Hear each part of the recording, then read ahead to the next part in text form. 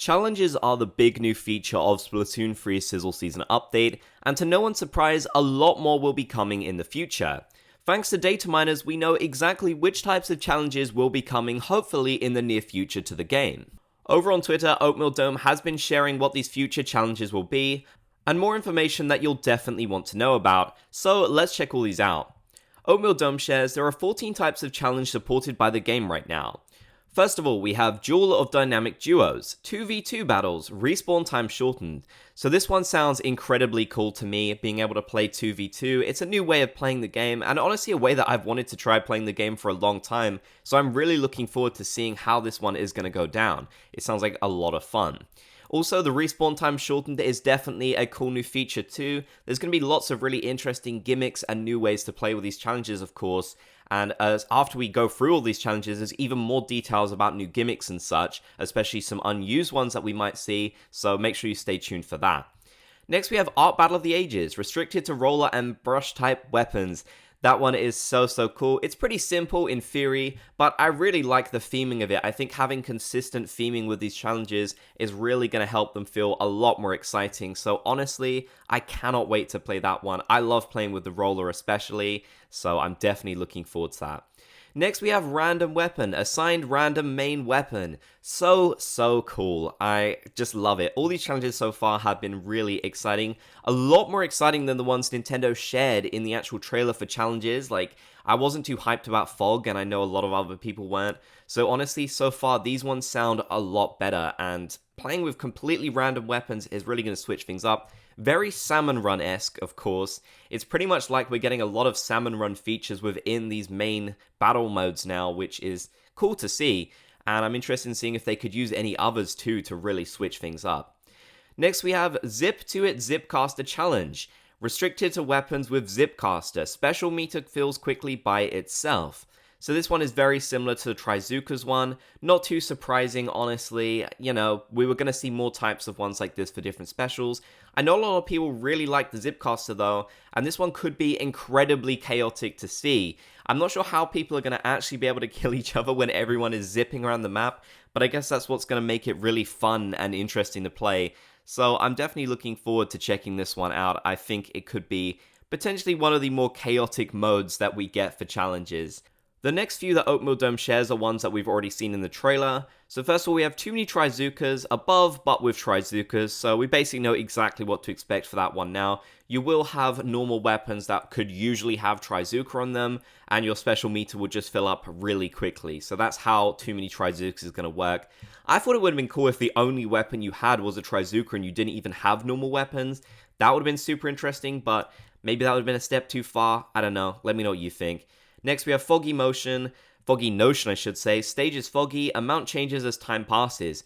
That's interesting. I don't believe that's the case in Salmon Run. I might be wrong on this. Salmon Run experts let me know, but I think the fog just stays consistent. I don't think it gets more and more. So this could be really not a lot of fun in my opinion if the fog just gets super duper thick and people are coming out of nowhere to kill you. Snipers, don't even bother with this one, honestly. Unless you're like the world's top pro sniper, you're not going to have fun on Foggy Notion. It's just not going to work out. Next, we have Extreme Jump Battle, increased jump power plus spawn armor length. I didn't know about the spawn armor length, so that's definitely a cool detail to know. And yeah, you'll just be able to jump really high. So certain types of weapons are definitely going to excel during this. When we get things like, you know, the rollers and such, I feel like they're going to do particularly well. I'm not too sure, but yeah, Extreme Jump Battle, one we already knew about. Then moving on, we have the new Season Cup. We also knew about this one, compete on a new stage. So that one is basic, very basic. But hey, it's there. And we have even more. We have the Tournament Qualifier. Global, +1 for each region. Used for qualifying in Nintendo tournaments. So that makes a lot of sense. I think that's what a lot of people expected to see. And I'm pretty sure Nintendo did actually confirm this themselves. So yes, this is how they're going to help people qualify within tournaments. They're going to have to take part in these challenges, which I think is a pretty cool way of doing it, honestly. It makes a lot of sense. Next, we have Monthly Challenge. Compete for highest power. Used for monthly events in Japan. So I don't know if we'll actually see this one anywhere else. It might be Japan exclusive, as it sounds like that. I guess we'll just have to wait and see. I think this one is basic enough though, where if we didn't get it, I wouldn't be too disappointed, honestly. I'm not really that interested in that level of competitive play, although I understand a lot of other people might be. So yeah, I guess we'll just have to wait and see. Oatmeal Dome also shared, for some reason, I didn't put the official name of the randomized weapon challenge for the first tweet, so here it is, the Sheldon Sampler Challenge. I absolutely love that name, and yes, it makes perfect sense. But that's not all the information we have. Oatmeal Dome also shared, challenges that change game mechanics work by setting one or more modifiers, some modifiers that are currently unused. Large ink explosion by death.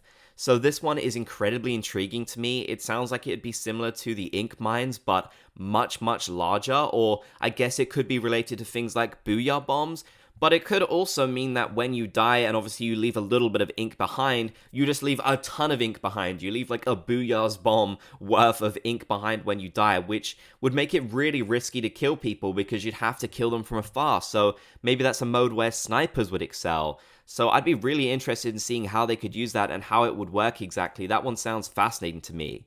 Decrease special gauge loss on death. That one is very confusing. Oatmeal Dome does actually put a question mark next to that, understandably.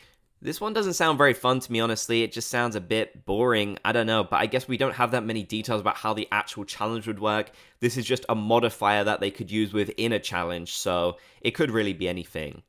Next, we have increased walk speed. That one, again, doesn't sound too exciting, but maybe there's some fun ways they could use it that I haven't thought about. Decrease walk speed. Oh god, no. I don't want to play that challenge. Definitely not. Please no. Don't make that a thing, Nintendo. That's not going to be a fun challenge to take part in. And we also have increased swim speed, which actually could be a lot of fun. And I wonder how it would work with certain abilities and such, if they would actually stack, or if it's just going to be what you've got in the challenge only, and you're just restricted to the rules of the challenge. So yeah, we've learned some really interesting new information about challenges. I'm so excited that so many are coming.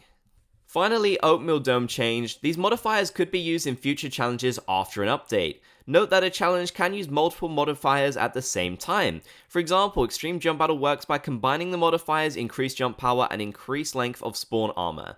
So yes, we definitely could see multiple of these stack, which would make for some really fascinating challenge ideas, and I can't wait. So we're getting a lot of new challenges coming up, and there's going to be even more to see in the future. I'm so excited about this, despite the fact that sadly it is limited time, and I'd love to hear what you have to say about it down in the comment section below. If you made it to the end of the video, be sure to comment Splat Gang so I know you did.